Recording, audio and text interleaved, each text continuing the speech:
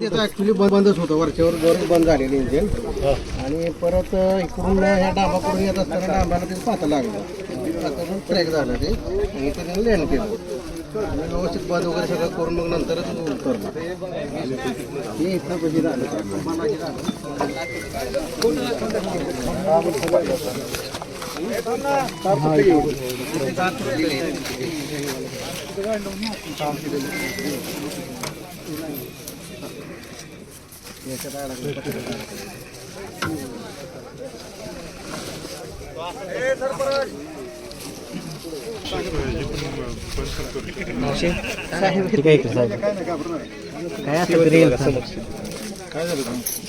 ही कागद आहे का काळा, तिथं मी येलो उपटत होती भुईमुगाचा, आणि इकडून इमान आलं आणि त्याला काय आवाज बिवाज नव्हता अजिबात कसला. आणि मग ह्याला धडकलं इमान धडकले, मी उठून उभं राहिले. हे खांबाला एक पान धडकलंय, ही तुटलं ना, ह्या खांबाला धडकलं, धापून वाजल्यावर उठून उभं राहिले असं याला हातात धरून. अगं बाई म्हणलं इमान आता मी मरती, आता मरती. मग थोडे मी पडत झाले आणि पुन्हा मग हे इमान असं वळत धडकल्यामुळं खाली बसलं.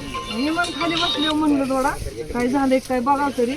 मग ते कागदात ह्यातनं उडी टाकून इथं यायला लागली, तर आमची माणसं वरडली, म्हणजे पेटल नको जाऊ जवळ.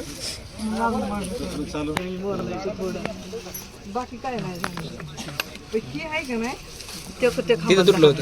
खांब लागला ना उतरताना, ते खांबाला धडकल्यामुळं त्याचं थोडं हिकडं झालं. सरळ चाललं होतं ते हिकडं झालं, म्हणजे खाल्लं येत होतं खरडत, काय असं वरण नव्हतं. पण ते धडकल्यावर त्याची तार एक तुटली, तेव्हा आड्याली ती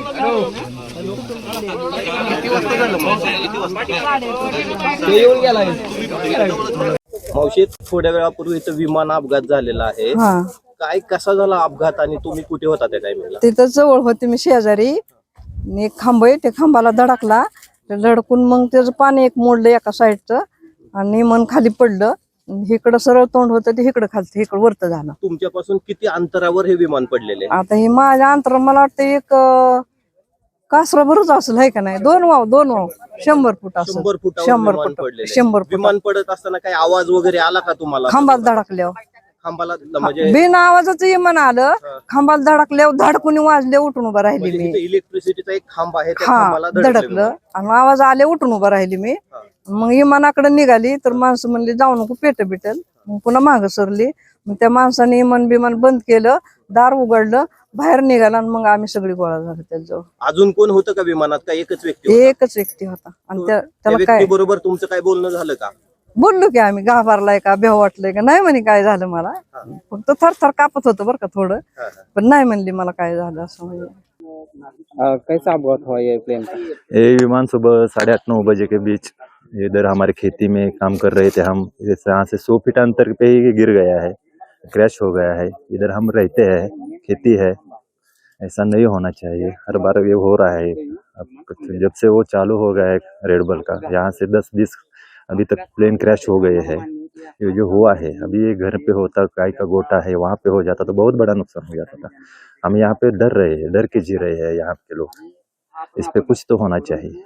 अभी आपकी क्या मांग है? ये जो रेड बल का है ना, इनका परवाना बंद होना चाहिए।